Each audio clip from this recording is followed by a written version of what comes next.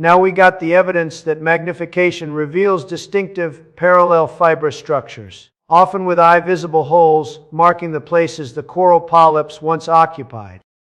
At the end of this gemology journey, I pull back to the full view before zooming in one last time for an intimate close-up of the face of the eyes, nose, and mouth where those same delicate wavy fibers still whisper the coral's living origin.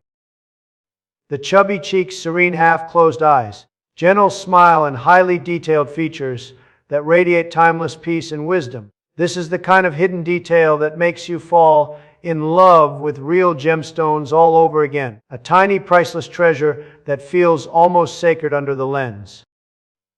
If you enjoyed this microscopic journey into the coral Buddha's hidden world, hit like and subscribe, because gemology is the perfect mix of science and magic.